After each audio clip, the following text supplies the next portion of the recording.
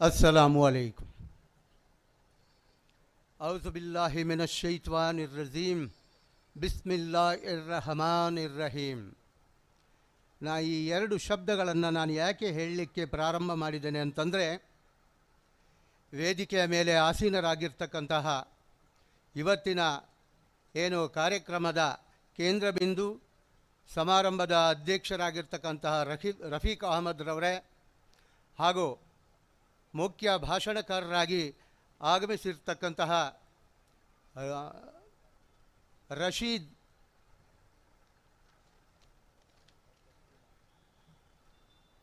ರಿಯಾಜ್ ಕಡಂಬರವರೇ ಹಾಗೂ ಚಿಂತನ್ ರವರೇ, ಕಲ್ಕುಳಿ ವಿಠಲ್ ಹೆಗಡೆಯವರೇ, ಉಸ್ತಾದ್ ಬಾತೀಶ್ ಕುಡ್ಲಿಪೇಟೆಯವರೇ ಹಾಗೂ ವೇದಿಕೆ ಮೇಲೆ ಆಸೀನರಾಗಿರ್ತಕ್ಕಂತಹ ಎಲ್ಲ ನಮ್ಮ ಅತಿಥಿ ಅಭ್ಯಾಗತರೇ, ಮೊದಲಾಗಿ ನಾನು ವೇದಿಕೆಯ ಮುಂಭಾಗದಲ್ಲಿ ಕುಳಿತಿರ್ತಕ್ಕಂತಹ ನಮ್ಮ ಸಮಾಜದ ಮತ್ತು ನಮ್ಮ ಹಿತೈಷಿಗಳ ಬಂಧುಗಳಿಗೆ ಮೊಟ್ಟ ಮೊದಲಾಗಿ ನಾನು ಧನ್ಯವಾದಗಳನ್ನು ಸಮರ್ಪಣೆ ಮಾಡಬೇಕಾಗಿದೆ. ಯಾಕಂತ ಕೇಳಿದ್ರೆ, ಈ ಸುಡು ಬಿಸಿಲಲ್ಲಿಯೂ ಕೂಡ ನೀವು ಶಾಂತಚಿತ್ತರಾಗಿ ಕುಳಿತು ನಮ್ಮ ವಿರುದ್ಧ ಯಾವ ಅಮೆಂಡ್ಮೆಂಟ್ ಇವತ್ತು ಪಾಸ್ ಮಾಡಲಿಕ್ಕೆ ಹೊರಟಿದ್ದಾರೆ, ಏನೋ ವಫ್ಕ್ ಅಂದರೆ ಏನೋ, ವಫ್ಕಿನ ಉದ್ದೇಶಗಳೇನೋ ಅನ್ನೋದ್ರ ಬಗ್ಗೆ ನಾವು ತಿಳ್ಕೊಳ್ಳೇಬೇಕು ಅಂಥೇಳಿ ನೀವಿವತ್ತು ಈ ಸುಡು ಬಿಸಿಲಲ್ಲಿ ಕೂತಿದ್ದೀರಿ ಅಂದರೆ ನನಗೆ ಸಂತೋಷ ಆಗ್ತದೆ. ಮತ್ತು ಇನ್ನೂ ಒಂದು ಭಾಳ ಬೇಸರನೂ ಕೂಡ ಆಗ್ತಾಯಿದೆ. ಬೇಸರ ಆಗೋದಕ್ಕೆ ಕಾರಣ ಇದೆ. ನಮ್ಮನ್ನು ಇವತ್ತು ಈ ಸುಡು ಬಿಸಿಲಿನಲ್ಲಿ ಕೂರಿಸಲಿಕ್ಕೆ ಹೊರಟಿರ್ತಕ್ಕಂತಹ ನಮ್ಮನ್ನು ಆಳುವವರು, ಇದಕ್ಕೆ ಕಾರಣ ನಮ್ಮನ್ನು ಆಳುವವರು ಯಾವ ರೀತಿ ಇರಬೇಕು ಅಂದರೆ, ಒಂದು ಮದುವೆ ಆಗ್ತಕ್ಕಂಥ ಹೆಣ್ಣು, ಒಬ್ಬ ಮದುವೆ ಆಗ್ತಕ್ಕಂತಹ ಗಂಡು ಏನನ್ನು ಬಯಸ್ತಾನಂದರೆ, ಕಾರ್ಯೇಶು ದಾಸಿ, ಕರಣೇಶು ಮಂತ್ರಿ, ರೂಪೇಶು ಲಕ್ಷ್ಮಿ, ಶಯನೇಶು ರಂಭ, ಭೋಜ್ಯೇಶು ಮಾತಾ, ಕ್ಷಮಯಾ ಧರಿತ್ರಿ ಅಂತ. ಅಂದರೆ ಇದರ ಅರ್ಥ, ನಾನು ಮದುವೆ ಆಗ್ತಕ್ಕಂಥ ಹೆಣ್ಣು ಸುದ್ರೂಪಿಯಾಗಿರಬೇಕು, ನಾನು ಮದುವೆ ಆದ ಹೆಣ್ಣು ನನಗೆ ಸಲಹೆ ಕೊಡ್ತಕ್ಕಂತಹ ಮಂತ್ರಿಯಾಗಿರಬೇಕು. ಕಾರ್ಯೇಶು ದಾಸಿ, ನನ್ನ ಏನು ಮದುವೆ ಆಗ್ತಕ್ಕಂಥ ಹೆಣ್ಣು ನಾನು ಹೇಳಿರುವ ಕೆಲಸವನ್ನು ಚಾಚು ತಪ್ಪದೆ ಮಾಡ್ತಕ್ಕಂತಹ ಕಾರ್ಯೇಶು ದಾಸಿಯಂತಿರಬೇಕು. ನನ್ನೊಂದಿಗೆ ಬಾಳನ್ನು ಹಂಚಿಕೊಳ್ಳುವಾಗ ರಂಬೆಯಂತಿರಬೇಕು. ನನಗೆ ಉಣಬಡಿಸುವಾಗ ಭೋಜ್ಯೇಶು ಮಾತಾ, ತಾಯಿಯಂತಿರಬೇಕು. ನಾನು ಮಾಡುವ ತಪ್ಪನ್ನು ಕ್ಷಮೆ ಕೊಡಲಿಕ್ಕೆ ಕ್ಷಮಯಾ ಧರಿತ್ರಿ, ಈ ಭೂತಾಯಿಯಂತಿರಬೇಕು ಅಂಥೇಳಿ ಒಬ್ಬ ಗಂಡು ಯೋಚನೆ ಮಾಡಿ ಮದುವೆ ಆಗ್ತಾನೆ. ಹಾಗೆ ನಾವು ಚುನಾವಣೆಯಲ್ಲಿ ಒಬ್ಬ ನಮ್ಮ ಪ್ರತಿನಿಧಿಯನ್ನು ನಾವು ಆಯ್ಕೆ ಮಾಡಬೇಕಂತಾದರೆ, ನಮ್ಮನ್ನು ಆಳುವ representative people of the parliament India ಅಥವಾ ಏನು ಕರ್ನಾಟಕ ರಾಜ್ಯ ಅಥವಾ ಪಂಚಾಯಿತಿ ಯಾವುದೇ ಆಗಿರಲಿ, ಅವರು ನಮ್ಮನ್ನು ಆಳುವವರು ನಮ್ಮ ಹಿತೈಷಿಗಳಾಗಬೇಕು, ನಮ್ಮ ನೋವಿಗೆ ಸ್ಪಂದಿಸುವವರಾಗಬೇಕು, ನಮ್ಮನ್ನು ಯಾವ ಕಾಲದಲ್ಲಿಯೂ ಕೂಡ ಕೈ ಬಿಡದೇ ಇರತಕ್ಕಂಥವರು ನಮ್ಮನ್ನು ಸಂತೈಸುವಂಥವರಾಗಿರಬೇಕು ಅನ್ನುವ ಒಂದೇ ಉದ್ದೇಶದಿಂದ ಈ ಚುನಾವಣೆಯನ್ನು ತಂದು ಚುನಾವಣೆಯ ರೂಪದಲ್ಲಿ ನಾವು ಆಯ್ಕೆ ಮಾಡ್ತೇವೆ. ನಮ್ಮನ್ನು ಆಯ್ಕೆ ಮಾಡುವವರು ನಮ್ಮನ್ನು ಐಕ್ಯ ಮಾಡಲಿಕ್ಕೆ ಹೊರಟಿದ್ದಾರೆ. ನಾವು ಅವರನ್ನು ಆಯ್ಕೆ ಮಾಡಿದ್ದೇವೆ, ಅವರು ನಮ್ಮನ್ನು ಐಕ್ಯ ಮಾಡಲಿಕ್ಕೆ ಹೊರಟಿದ್ದಾರೆ. ವ್ಯತ್ಯಾಸ ಅಷ್ಟೇ, ಶಬ್ದ ಒಂದೇ, ಆದರೆ ಹೇಳುವುದರಲ್ಲಿ ವ್ಯತ್ಯಾಸ ಆಗ್ತದೆ. ದಯಮಾಡಿ ನಾನು ಹೇಳುವ ಶಬ್ದದಲ್ಲಿ ಏನಾದರೂ ವ್ಯತ್ಯಾಸ ಆದರೆ ನಾನು ಹೆಚ್ಚು ಹೊತ್ತನ್ನು ತಗೊಳ್ಳಿಕ್ಕಿಲ್ಲ. ಕಾರಣ, ಈಗ ರಿಯಾಜ್ ಕಡಂಬರವರು ಭಾಳ ಒಳ್ಳೆಯ ಭಾಷಣಕಾರರು. ಅವರಿಗೆ ನಾನು ಇಲ್ಲಿ ಬಂದಾಗ ಅವರಿಗೆ ನನ್ನ ಪರಿಚಯ ಆಯಿತು ಅಂತ ಅಂದ್ಕೊಂಡಿದ್ದೇನೆ.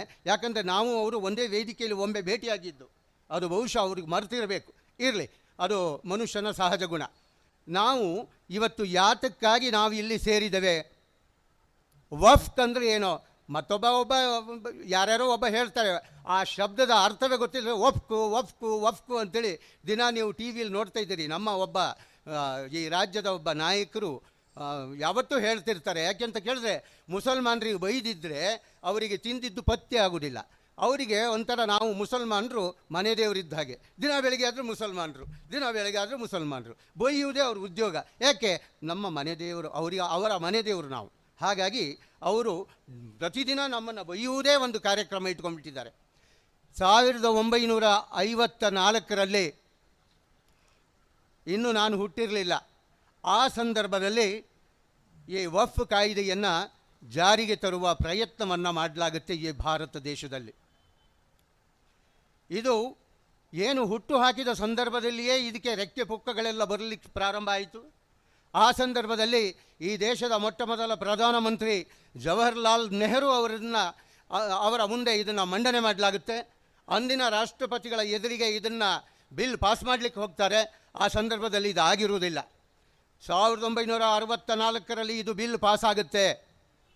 ಈ ಬಿಲ್ ಪಾಸಾಗಿ ವಫ್ಕ್ ಅನ್ನುವ ಒಂದು ಸಂಸ್ಥೆಯನ್ನು ಹುಟ್ಟುಹಾಕಿ ಅದು ರಾಜ್ಯಕ್ಕೆ ಮತ್ತು ಇಡೀ ಭಾರತ ದೇಶವ್ಯಾಪಿಯಾಗಿ ಇದು ವ್ಯಾಪಿಸಿಕೊಳ್ಳುತ್ತದೆ. ಇದು ಮುಸ್ಲಿಂ ಇವತ್ತಿನ ಏನು ಕಾರ್ಯಕ್ರಮ ನಿಯೋಜನೆ ಮಾಡಿದ್ದಾರೆ, ಈ ಬೋರ್ಡನ್ನು ನೀವು ನೋಡ್ಬೋದು, ಮುಸ್ಲಿಂ ಹಿತ ರಕ್ಷಣೆ ಅಂತೇಳಿ. ಮುಸ್ಲಿಂ ಹಿತ ರಕ್ಷಣೆಗಾಗಿಯೇ ಈ ವಫ್ಕ್ ಅನ್ನುವ ಒಂದು ಕಾಯಿದೆಯನ್ನು ಜಾರಿಗೆ ತಂದು ಆವತ್ತು ಇದನ್ನು ಮಂಡನೆ ಮಾಡಿ ಇದು ದೇಶಕ್ಕಾಗಿ ಮುಸಲ್ಮಾನರಿಗಾಗಿ ಇದು ಬಳಕೆಗೆ ಬರಬೇಕು ಅಂತೇಳಿ. ದ ಫಂಡಮೆಂಟಲ್ ಬೇಸಿಕಲ್ ಹ್ಯೂಮನ್ ರೈಟ್ಸ್, ಇದು ನಮ್ಮ ಹಕ್ಕಿದೆ, ಇದನ್ನು ನಾವು ಕೇಳುವುದರಲ್ಲಿ ಯಾವುದೇ ತಪ್ಪಿಲ್ಲ. ಇಲ್ಲೀಗ ನಾವು ಏನಾಗಿದೆ, ನಮ್ಮನ್ನು ಆಳುವವರು, ನಾನು ಪ್ರಾರಂಭದಲ್ಲೇ ಹೇಳಿದ್ದೇನೆ ನಿಮಗೆ, ಇದ್ರ ಬಗ್ಗೆ ನೀವು ಯೋಚನೆ ಮಾಡಿ.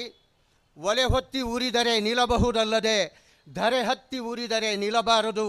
ಏರಿ ನೀರುಂಬಡೆ ಬೇಲಿ ಕೈಯ ಮೇವುಡೆ ನಾರಿ ತನ್ನ ಮನೆಯಲ್ಲಿ ಕಳುವಡೆ ತಾಯಿಯ ಎದೆ ಹಾಲು ನಂಜಾಗಿ ಕೊಲ್ಲುವಡೆ ಇನ್ಯಾರಿಗೆ ಹೇಳಲಿ ಕೂಡಲ ಸಂಗಮ ದೇವ ಅಂತ 20ನೇ ಶತಮಾನದಲ್ಲಿ ಬಸವಣ್ಣನವರು ಅನುಭವ ಮಂಟಪದಲ್ಲಿ ಹೇಳಿರ್ತಕ್ಕಂಥ ಮಾತು ನಾವು ನೆನಪಿಸಿಕೊಳ್ಬೇಕಾಗ್ತದೆ. ಬಂಧುಗಳೇ, ನಾವ್ಯಾರೂ ಕೂಡ ಎಲ್ಲಿಂದಲೋ ಬಂದು ನಾವು ಇಲ್ಲಿ ಬದುಕೋರಲ್ಲ. ಈ ಪವಿತ್ರವಾದ ಮಣ್ಣಿನಲ್ಲಿ ಏನು ಸೂರ್ಯೋದಯಕ್ಕೆ ಮುಂಚೆ ಸೂರ್ಯಾಸ್ತಮವಾದ ನಂತರದವರೆಗೆ ಅಹೋರಾತ್ರಿಯ ಕಾಲದವನ್ನು ಬಿಟ್ಟು 12 ಗಂಟೆಯವರೆಗೆ ಈ ಪವಿತ್ರವಾದ ಮಣ್ಣಿಗೆ ನಮ್ಮ ಶಿರವನ್ನು ಬಾಗಿಸಿ ಅಲ್ಲಾಹನ ಪ್ರಾರ್ಥನೆಯನ್ನು ಮಾಡುತ್ತೇವೆ. ಈ ಪವಿತ್ರವಾದ ಮಣ್ಣಿನಲ್ಲಿ ಹುಟ್ಟಿದ್ದೇವೆ, ಈ ಪವಿತ್ರವಾದ ಮಣ್ಣಿನಲ್ಲಿ ಬದುಕ್ತಾ ಇದ್ದೇವೆ, ಈ ಪವಿತ್ರವಾದ ಮಣ್ಣಿನಲ್ಲೇ ಒಂದು ದಿನ ಮಣ್ಣಾಗಿ ಹೋಗ್ತೇವೆ. ಹೊರತಾಗಿ ಈ ದೇಶ ಬಿಟ್ಟು ಎಲ್ಲಿಗೂ ಹೋಗೋದಕ್ಕೆ ನಾವು ಸಿದ್ಧವಾಗಿಲ್ಲ. ನಮ್ಮನ್ನು ಓಡಿಸುವ ಪ್ರಯತ್ನ ನೀವೇನಾದರೂ ಮಾಡಿದರೆ ಅದು ನಿಮ್ಮ ಏನು ತಿರುಕನ ಕನಸು ಅನ್ನೋದನ್ನು ನೀವು ತಿಳ್ಕೋಬೇಕಾಗ್ತದೆ. ದಯಮಾಡಿ ಬಂಧುಗಳೇ, ನಾವೆಲ್ಲರೂ ಕೂಡ, ನಾನು ಹೆಚ್ಚಿಗೆ ಸಮಯವನ್ನು ತಗೊಳ್ಳೋದಿಲ್ಲ, ಕಾರಣ ಉತ್ತಮ ಭಾಷಣಕಾರರಿದ್ದಾರೆ. ಅಲ್ಲದೆ ಇದು ನನ್ನ ಚೊಚ್ಚಲ ಭಾಷಣ ಅಲ್ಲ, ಇದು ನನ್ನ ತವರು. ಈ ನನ್ನ ತವರಲ್ಲಿ ನಾನು ಎಷ್ಟೇ ಮಾತಾಡಿದ್ರು ನನ್ನ ಆತ್ಮೀಯರಿಗೆ ಅದು ಯಾವತ್ತೂ ಕೇಳ್ತಾ ಇರ್ತಾರೆ. ಅವರಿಗೆ ಏನೋ ನಮ್ಮ ಜಮಾಲ್ ಸಾಹೇಬರು ಅಂತ ತಿಳ್ಕೊಳ್ತಾರೆ. ಆದರೆ ರಿಯಾಜ್ ಕಡಂಬರಂಥವರು, ಉಸ್ತಾದ್ ಅಂಥವರು ಹೊರಗಿಂದ ಬಂದು ಮಾತಾಡಿದಾಗ ಅದೊಂದು ಸ್ವಲ್ಪ ತೂಕ ಇರ್ತದೆ. ಅಂದರೆ ನಾವು ಮಾತಾಡಿದ್ರಲ್ಲೂ ತೂಕ ಇರ್ತದೆ. ಆದರೆ ಅವರು ಈ ಊರಿಗೆ ಬಂದು ಮಾತಾಡಿದಾಗ ನಮಗೊಂದು ಸ್ಫೂರ್ತಿ ಹೆಚ್ಚಿಗೆ ಮಾಡ್ದಂಗೆ ಆಗ್ತದೆ. ಅದಕ್ಕಾಗಿ ಬಂಧುಗಳೇ, ನಾವೆಲ್ಲರೂ ಕೂಡ ವಿಶ್ವಾಸದಿಂದ ಬದುಕಬೇಕು. ನಮಗೆ ಒಂದು ಸಂತೋಷ ಆಗ್ತದೆ ಅಂದರೆ ಈ ಮುಂಜಾನೆಯಿಂದ ಇಲ್ಲಿಯವರೆಗೆ ಯಾವುದೇ ರೀತಿಯ ಒಂದು ಅಹಿತಕರ ಘಟನೆಯಾಗದೆ ನಮ್ಮ ಸ್ವಯಂ ಸೇವಕರು, ನಮ್ಮ ಯುವಕರು, ನಮ್ಮ ಏನು ಪಡೆಗಳಿದೆ, ಇವರ್ಯಾರೂ ಕೂಡ ಒಬ್ಬರ ವಿರುದ್ಧ ಒಂದು ಘೋಷಣೆ ಕೂಗುವುದಾಗಲಿ, ಒಂದು ವಿರುದ್ಧ ಮಾತನಾಡುವುದಾಗಲಿ ಇಲ್ಲಿವರೆಗೆ ಮಾಡಿಲ್ಲ. ಅದು ಬಹಳ ಸಂತೋಷವಂತಾಗ್ತದೆ. ಅದಕ್ಕೆ ಹೇಳೋದು, ಸಂಸ್ಕೃತದಲ್ಲಿ ಒಂದು ಮಾತಿದೆ, ವಿಶ್ವಾಸ ಪ್ರತಿಪನ್ನಾನಾಂ ಪಂಚನೇಕ ವಿದದ್ಗತ ಅಂಕುಂ ಅರ್ರೋಹಿ ಸುಪ್ತಾನಾಂ ವಿಶ್ವನೇವ ನಿಷೇವತೆ. ಇದನ್ನೇ ಕೂಡ ಶ್ರೀಕೃಷ್ಣ ಪರಮಾತ್ಮ ಭಗವದ್ಗೀತೆಯಲ್ಲಿ ಹೇಳಿದ್ದಾನೆ. ಸರ್ವೇ ಜನಃ ಸುಖಿನೋ ಭವಂತು ಅಂತೇಳಿ. ಎಲ್ಲಿಯೂ ಕೂಡ ಶ್ರೀಕೃಷ್ಣ ಪರಮಾತ್ಮ ಭಗವದ್ಗೀತೆಯಲ್ಲಿ ಸರ್ವೇ ಜನಃ ಹಿಂದೂ ಸುಖಿನೋ ಭವಂತು ಅಂತ ಎಲ್ಲಿಯೂ ಕೂಡ ಹೇಳಿಲ್ಲ. ಸರ್ವೇ ಜನಃ ಸುಖಿನೋ ಭವಂತು ಅಂತ ಹೇಳಿದ್ದಾರೆ. ಹಾಗೆಯೇ ಕುರಾನ್ನಲ್ಲಿಯೂ ಕೂಡ ಅಲ್ಹಮ್ದುಲಿಲ್ಲಾಹಿ ರಬ್ಬಿಲ್ ಆಲಮೀನ್, ನಾವೆಲ್ಲರೂ ಕೂಡ ಸೌಖ್ಯವಾಗಿ ಸುಖವಾಗಿ ಬದುಕಿದ್ರೆ ಮಾತ್ರ ನಾನು ಸೌಖ್ಯವಾಗಿರ್ತೇನೆ ಅಂತೇಳಿ ಭಗವಂತನೇ ಹೇಳಿದ್ದಾನೆ. ಅಂದಮೇಲೆ ನಾವೆಲ್ಲರೂ ಕೂಡ ಚಿಂತೆ ಮಾಡಬೇಕಾದ್ದಿಲ್ಲ. ಈ ದೇಶದಲ್ಲಿ ಏನು ಭಾರತೀಯ ಇಂಡಿಯನ್ ಪಿನಲ್ ಕೋಡ್ ಸೆಕ್ಷನ್ ಪ್ರಕಾರ 515 ಕಲಂಗಳು ಮಾತ್ರ ಇರುವುದು ಈ ದೇಶದಲ್ಲಿ. 16ನೇ ಕಲಮನ್ನು ಏನೋ ಸೃಷ್ಟಿ ಮಾಡಲಿಕ್ಕೆ ಹೊರಟಿದ್ದಾರೆ. ಅದು ಅವರ ತಿರುಕನ ಕನಸಾಗ್ತದೆ. ಅವರ ಹತ್ರ ಖಂಡಿತ ಅದನ್ನು ಮಾಡಲಿಕ್ಕಾಗೋದಿಲ್ಲ. ನಾವೆಲ್ಲರೂ ಕೂಡ ಒಂದಾಗೋದಕ್ಕೆ ಇನ್ನೂ ಒಂದು ಸಂತೋಷ ಆಗ್ತದೆ. ನಮ್ಮನ್ನು ಆಳೋರು ನಮ್ಮೆಲ್ಲರೂ ಒಂದುಗೂಡಿಸಿದಾರಲ್ಲ, ಇದು ಬಹಳ ಸಂತೋಷ. ನಾವೆಲ್ಲರೂ ಕೂಡ ಒಂದಾಗೋದು ಕಮ್ಮಿ. ನಮ್ಮ ಎಲ್ಲರನ್ನೂ ಕೂಡ ಒಂದುಗೂಡಿಸ್ಲಿಕ್ಕೆ ನಾನು ಅವರಿಗೆ ಮೊಟ್ಟ ಮೊದಲಾಗಿ ನಮಸ್ಕಾರ ಹೇಳಬೇಕಂತ ಅನಿಸುತ್ತೆ. ಯಾಕಂದರೆ ನಾವೆಲ್ಲರೂ ಒಂದಾಗಿದ್ದೇವೆ. ನಾವು ಒಗ್ಗಟ್ಟಿನಲ್ಲಿ ಬಲ ಇದೆ ಅನ್ನೋದನ್ನು ನಾವಿವತ್ತು ಸ್ಪಷ್ಟಪಡಿಸಿದ್ದೇವೆ ಅಂತ ಹೇಳ್ತಾ ನಿಮ್ಮೆಲ್ಲರಿಗೂ ವಂದಿಸಿ, ಮೊದಲನೆಯಾಗಿ ಅಧ್ಯಕ್ಷರಿಗೆ ನನ್ನ ಕೈ ಬೆರಳುಗಳನ್ನು ಮುಗುಳು ಮಾಡಿಕೊಂಡು ವೇದಿಕೆಯಲ್ಲಿ ಆಸೀನರಾಗಿರ್ತಕ್ಕಂಥ ಎಲ್ಲ ಅತಿಥಿ ಅಭ್ಯಾಗತರಿಗೆ ಮನದಾಳದ ನಮನವನ್ನು ಸಲ್ಲಿಸುತ್ತಾ ನಿಮ್ಮೆಲ್ಲರಿಗೂ ಕೂಡ ನನ್ನ ಅಭಿನಂದನೆಯನ್ನು ಸಲ್ಲಿಸುತ್ತಾ ಹಾಗೂ ಮಾಧ್ಯಮ ಮಿತ್ರರಿಗೂ ಮತ್ತು ಆರಕ್ಷಕ ಇಲಾಖೆಯ ನಮ್ಮನ್ನು ರಕ್ಷಣೆ ಮಾಡಲಿಕ್ಕೆ ಬಂದಿರತಕ್ಕಂಥ ರಕ್ಷಣೆ ಇಲಾಖೆಯವರಿಗೂ ಕೂಡ ನನ್ನ ಅಭಿನಂದನೆಯನ್ನು ತಿಳಿಸ್ತಾ ನನ್ನ ಮಾತನ್ನು ಮುಗಿಸ್ತೇನೆ. ಜೈ ಹಿಂದ್, ಜೈ ಕರ್ನಾಟಕ ಮಾತೆ. ಸಿರಿಗನ್ನಡಂ ಗೆಲ್ಗೆ, ಸಿರಿಗನ್ನಡಂ ಗೆಲ್ಗೆ, ಸಿರಿಗನ್ನಡಂ ಗಲ್ಲಿ ಗಲ್ಲಿಗೆ.